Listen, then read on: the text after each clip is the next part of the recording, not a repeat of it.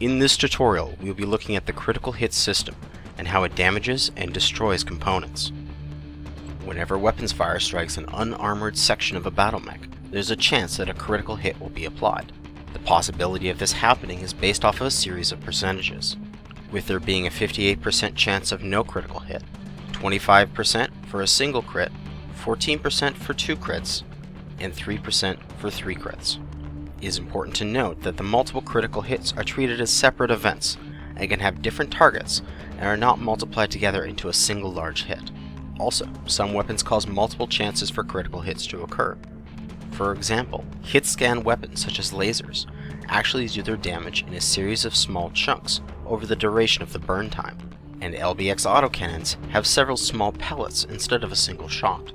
Each of these smaller damage events triggers its own critical hit chance. Now that the number of critical hits is known, we can look into their effects. First up is a small amount of bonus damage applied to the enemy mech for each critical.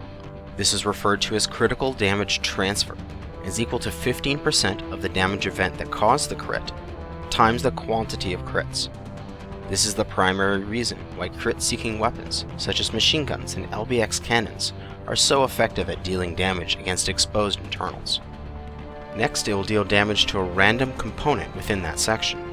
To determine which items are hit by the crit, we need to look at all the components within the affected section and count up the critical slots that they occupy.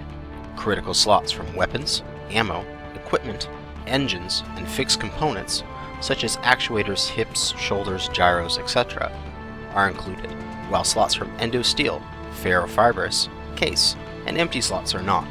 If there are no valid targets for a critical hit within that section, the system stops here. However, if there is at least one valid target, we move on to the next step.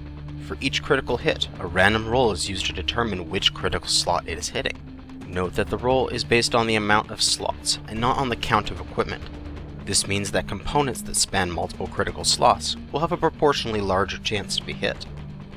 However, if there's only one valid target for the critical hit, that component is guaranteed to be hit, no matter its size.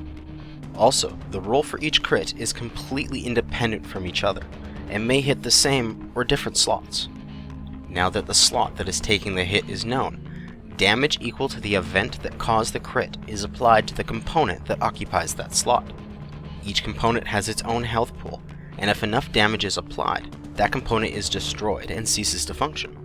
If an item is destroyed, it will be removed from any future critical hit rolls, increasing the chances for the remaining components. However, there is one exception to this rule. Fixed slots such as actuators and gyros have no health pools, and cannot be destroyed.